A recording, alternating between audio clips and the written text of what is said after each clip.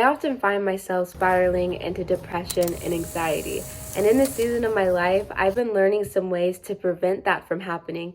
And I really want to share that with you. First tip I have for you is to know your triggers. For me, I noticed that when something's off internally, I tend to go to YouTube to escape reality.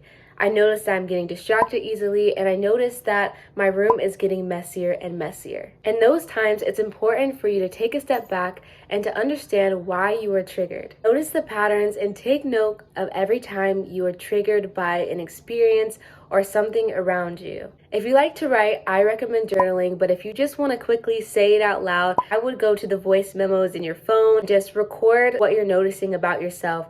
When you do get into those moments where you're spiraling out of control, just make sure that you tell the voice memo exactly what's going on and what you noticed. The next step I have for you is to take small actionable steps. This can look like cleaning your room, it could look like taking a shower, anything that's taking care of yourself.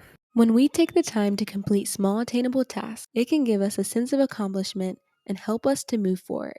It's important to remain patient with ourselves through this process and know that this can take time.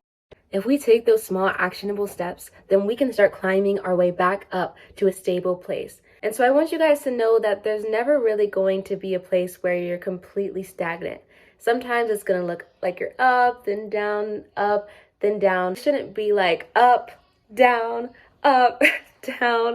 because that's how it was for me for a very long time, and that became the norm. I want you to get to a place where you're not up and down, but you're up, down, kind of like this type of place.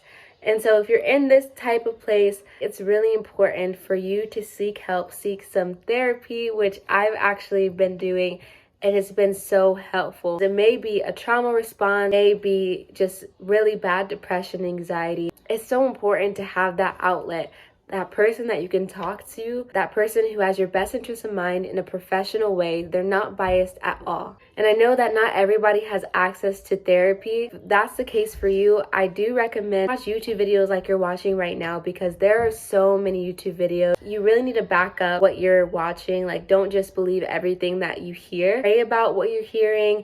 Do a little bit of research behind what you're hearing, so then you can really take those things and help yourself. Two channels I recommend are Psych2Go and Redefine TV.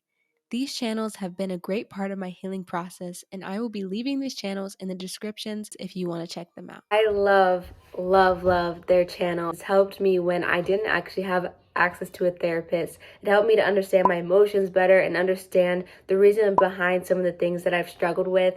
And it's just amazing. If you can get a therapist, that's my ultimate recommendation, because it has changed my life for the better. I recently found something called the downward spiral of depression.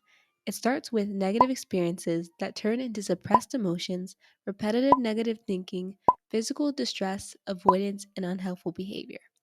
Understanding this can help us to notice and confront the warning signs.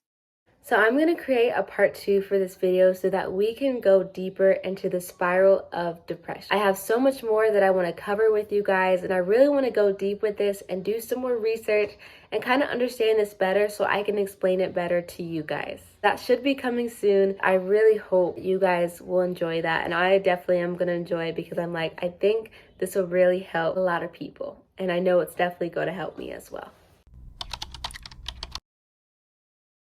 One thing I'm learning for me personally is I have a tendency to suppress my emotions. I don't take the time to release them.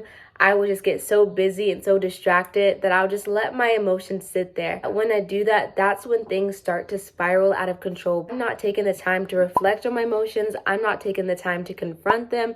I'm not taking the time to talk to other people about them. So we just sit there. And then eventually they just explode.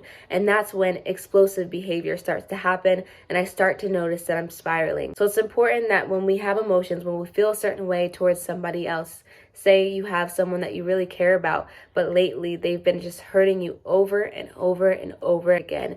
If it's safe for you, it's important for us to talk about it. Sometimes it's uncomfortable. There's still some conversations right at this moment that I'm not having because I'm really scared. I'm going to have those conversations because I know that moving forward, that's really going to help our relationship. And I know that I'm going to be able to grow. They're going to be able to grow. And I'm not going to hold in that emotion, because I know if I do, then that can build resentment. Next step I have for you is to confront your thoughts. A lot of time, this spiraling feeling starts in the mind. Knowing this, it's important for us to really work on our mind health. Some ways you can take care of your mind health is by taking time away from social media to reflect and pray. You can take time to read, pray, rest, or even journal. Anything that allows your mind to rest and grow. The thing about it is thoughts, they come and go, and we don't have to always grab a hold of those thoughts and allow them to spiral out of control. Sometimes we can just let them go. Let them come in and let them go. If they're still staying there and you still keep having those thoughts, that's when I would say really confront those thoughts and tell yourself the opposite of that. Say you have a thought that you're not good enough.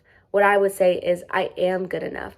And then you have another thought that says you're worthless. And then you tell yourself, no, I am worthy. So each time those thoughts come through, just combat that with another thought. Next tip I have for you is to take preventative measures. As we know from the downward spiral of depression, spiraling can start from negative experience that turns into suppressed emotions and repetitive negative thinking. Knowing this, we can take steps towards preventing those things from happening. The tip I have for you is to leave room for healing. A lot of times, depression and anxiety is a trauma response to the things that has happened to us. So we have to make sure that we're patient with ourselves and we understand that this is a process and a journey and it's going to take time. Allow yourself to have the grace to take the time to heal, to grow, and to really learn yourself. Thank you guys so much for watching this video. I'm so happy that you guys stayed to the end. Next week is going to be a Christian Girl Talk video. I'm so excited, and you already know I'm going to be in my pajamas. Would it be a Christian Girl Talk without our pajamas?